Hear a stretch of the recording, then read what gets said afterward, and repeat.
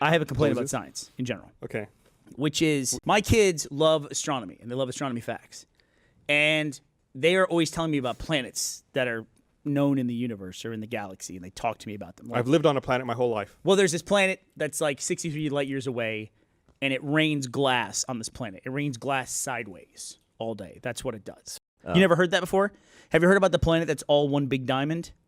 You ever heard that? No. That planet's like 80 light years away. No, it's true. Yeah, it sounds like a Minecraft world. You can look these up. Cheated. Like, they talk about these planets. They release information about these planets. Like, oh, this planet's 80 light years away, and it's entirely diamond, and it's covered with a thin layer of carbon. But then it's like, okay, I like having this conversation with my kids, and that's cool. But then at the same time, how do you know all this information about all these other fucking planets?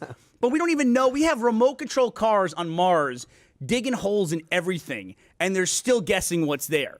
But they can tell me what's on a planet 63 light years away. But it's a bunch of horse shit. In some ways, yes, you could say this. But to understand why, we need to look more closely at how we can actually tell what anything is made of without actually landing on the planet. Planets are very small and very faint when compared to stars. So with our current telescopes, we can't actually see them directly. In fact, even with our best telescopes, almost all stars are so far away that we cannot see any detail on their surface, and they only appear as a point of light. Basically, every image we have of most stars may as well be only 1 pixel. Fortunately, there is a lot of information contained within that 1 pixel. It's complicated, but it all comes down to color and brightness. Most importantly, the brightness of each individual color across the full spectrum of light, including those parts that we can't see with our own eyes. Most planets that have been detected using this 1 pixel of their star. They've been found by looking for the slight brightness drop that happens when the planet moves between us and its star. This begins a chain where we can find more and more information about the planet. To start with, the time between each brightness drop tells us how long this planet's year is. Based on the size of the planet's star, we can therefore find out how far away from the star the planet is. Using this, we can come up with an estimation for what sort of temperature we would expect to find on this planet. How long it takes the star to dim and then brighten again, along with the distance of the planet from the star, also gives us an estimation of the planet's radius.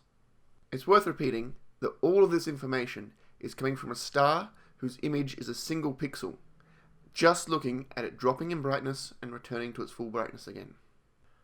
Planets have also been discovered by looking for the changes they cause in the color of their star's light. This is caused by the planets causing the stars to wobble slightly. This wobbling can be seen from our point of view as the star getting slightly bluer and then slightly redder as the planet orbits it.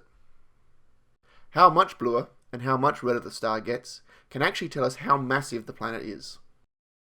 We can take this information and build a computer model in order to simulate what features might be found on this exoplanet. These models give us a broad picture of what these planets might be like. But of course, they're never going to be exact, and many of the details get filled in by our imaginations, or the colourful images used for the news stories. The important thing to remember is that the way these worlds are described is based on the best information we have right now. And as more observations are made, and computer simulations get better, our understanding of what these planets are really like is only going to improve. Honestly, I actually find it's amazing that we even know they exist, given all we have to go on is a single pixel.